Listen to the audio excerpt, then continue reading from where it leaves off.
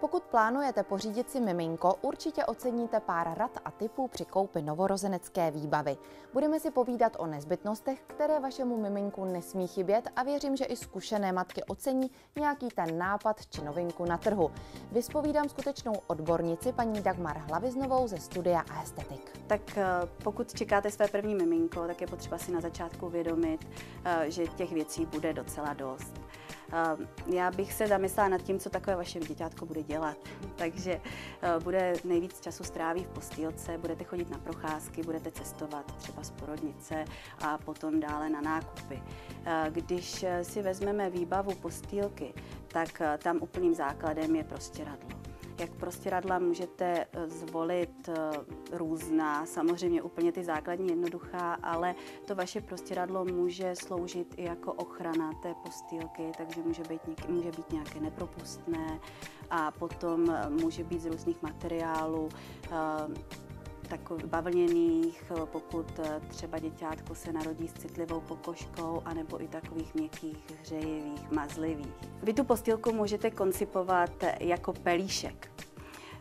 Ten pelíšek určitě navodí tomu miminku takový ten pocit, který mělo ve vašem bříšku, a tam doporučujeme vždycky opatřit tu postýlku mantinelem, aby se vytvořil ten pocit bezpečí a možná i nebesy, které sice nejsou v dnešní době tak moderní, ale právě izolují to děťátko od okolního světa a vytváří mu takový ten pokojíček, pelíšek uvnitř té postýlky. Potom musíte určitě vybrat nějaké to povlečení anebo zavinovačku, spací pytel či fusak, do kterého to děťátko budete ukládat. Co se týká povlečení, tam máte dvě možnosti. Buď si pořídíte klasické peřínky s výplněmi, které nakoupíte základní výplň a potom povléknete, jak jste zvyklá. Já preferuji takové peřinky 3 v 1, kde si vlastně pořídíte ty výplně, které už jsou vyrobeny z materiálu povrchového, že není třeba povlékat, a které používáte, je to taková deka a používáte to potom, můžete třeba i na cesty a perete teda v celku. Nemusíte svlékat a je to velmi snadné na údržbu. Co se týká rychlozavinovaček, tam určitě doporučujeme základní rychlozavinovačku, takovou tu novorozeneckou, kterou je nejlepší vzít si přímo do porodnice. A v těch prvních 2 měsících věku vašeho miminka ji určitě využijete. Ta je vázací, snadno se s děťátkem manipuluje a podle období si vyberete, zda si zvolíte teplou verzi, chladivou, hřejivou, odlehčenou, vyteplenou. Těch variant je celá řada. Dalším výrobkem, který užijete možná až od toho měsíce věku děťátka, je spací pytlík. Některé děti ho milují, některé děti v něm nejsou moc rádi. To chce vyčkat na tu dobu a sama posoudíte, zda ten spací pytlík bude pro vaše děťátko tím nejlepším výrobkem. Pak, když si na to zvykne, tak jsou na trhu spací pytlíky až do věku dítěte do 3 let. Určitě vám doporučím rychlozavinovačku. Je to věc, kterou oceníte už v porodnici. Je to fakt roztomilá věc pro vaše novorozeně a hlavně praktická. Nebudete se bát děťátko uchopit a děťátko bude zavinuté a bude v bezpečí. Ke koupání a přebalování bych vám rozhodně doporučila takovouhle osušku, která zároveň může posloužit jako rychlozavinovačka. Je vyrobena ze savého froté, takže je velmi příjemná a je tak krásná, že ji využijete i do pozdního věku. Přebalování vašich dětí doporučujeme povlak na přebalovací podložku. Je velmi nepříjemné, když děťátko po koupání položíte přímo na gumovou podložku a ručníky často sjíždějí. Tyto froté povlaky se krásně dají nasadit, jednoduše se sejmou a snadno se přeperou. Tento víceúčelný Součelový válec je výborná věc.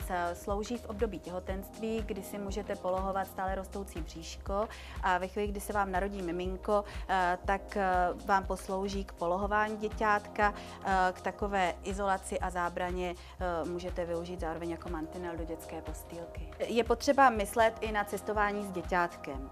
Je vhodné zvolit některý z fusaků, který se hodí do autosedačky.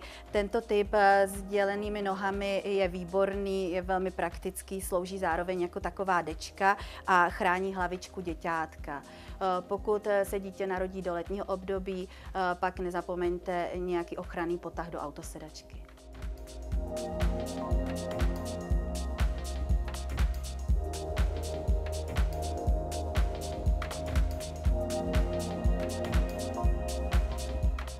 Základem pro děti jsou certifikované materiály. Je potřeba vycházet z toho, že dětem opravdu můžeme dávat pouze materiály kvalitní a je to nutnost, to je základ. Alergické děti vyžadují 100% bavlnu.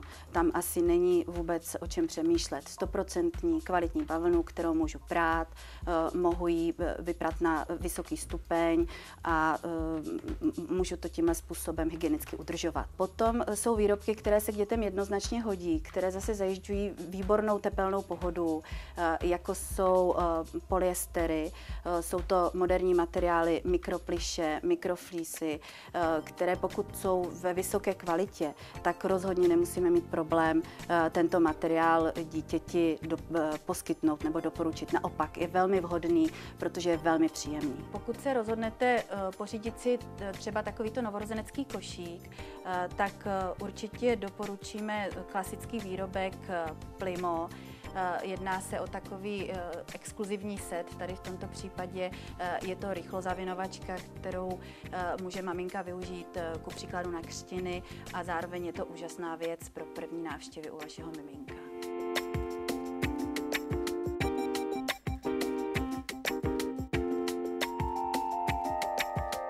Pokud budete absolvovat první vycházky v zimním období, pak určitě třeba zvolit takový novorozenecký fusak.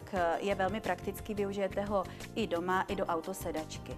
Pokud bude vaše miminko, pokud se narodí do letního období, nesmíte zapomenout na prostěradýlko do hluboké korby.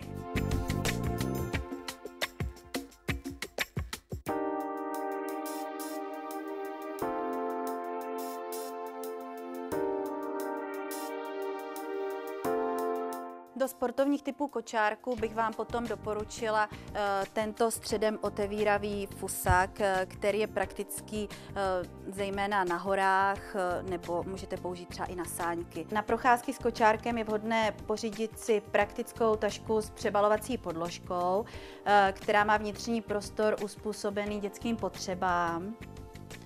A zároveň ji velmi snadno připevníte k vašemu kočárku. My právě stojíme u takového krásného kočárku s ještě krásnějším fusakem. Mě by zajímalo, na co je tadyhleto pouzdro. To pouzdro, to je takzvaný rukávník, je to výborná věc na dlouhé zimní procházky, který je tady do kolekce právě s tím limitovaným fusakem. A tento znáček je tady proč? Tato věc je reflexní. Je to výborné právě z důvodu bezpečnosti vašeho dítěte. Všechno, co používáme k vašim dětem a chodíme s tím ven, tak by mělo mít reflexní doplňky. Tak řekněme, že zima končí, začíná jaro. Tak co na jaro? Na jaro bych vám doporučila určitě ten fusak univerzální. Je to taková podložka do kočárku a zároveň náhrada klasické deky. Když je teplo, můžete si odepnout a srolovat k nožičkám dítěte. A je tento materiál vhodný do jarního aprílového počasí? Určitě vhodný z toho důvodu, že je prodyšný, ale pokud je období, kdy často prší, pak bych doporučila tento fusak doplnit tímto sovčelovým nánožníkem, který je opatřen opět bezpečnostními prvky. A lze takto snadno nasadit na kočárek. Mě tady zaujaly tady ty malinké čepičky. Jedná se opravdu o čepičky, nebo upravte mě. To je takový náš tip pro děti. Je to výborná věc, není to čepička. Je to takzvaný dudelník, usínáček. Většina malých dětí si oblíbí nějaký kousek hadříku, takže tohle to bývají takový šmudlánky, ale je to zároveň držák na dudlík. Můžete si to upevnit dudlík a proto se vám pak lépe hledá v postýlce, když se náhodou ztratí v noci. A když děťátko povyroste, může si do této mini zavinovačky balit třeba panenku. No to je úžasný, takováhle multifunkční záležitost. To je taková spíš radost.